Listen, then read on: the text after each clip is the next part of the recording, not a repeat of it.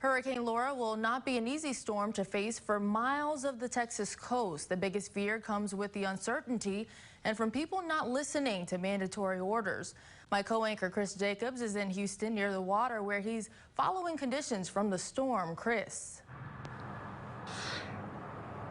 Faith, as with most evacuation orders put in place, there comes the risk of people who are just going to not listen or ignore the order in its entirety. We spoke to the mayor of Kemah, who spoke a little bit about that. We're going to hear from her and what she had to say about people doing that in just a second. But on a normal day, Kemah is a place crowds usually gather to, and right now they're being told to leave. Right now we're almost 24 hours away from Laura making landfall.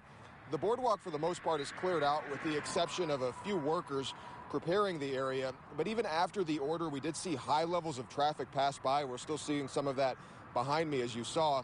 And that has people like the Kemah mayor, Terry Gale, concerned. We spoke to her about the evacuation orders that Galveston County put in place. Don't be brave. You can't fight this storm. I always hear a lot of people during hurricanes say, I'm going to stay and defend my home. There's just no way to do that. And this one's a beast. So we need to respect the storm.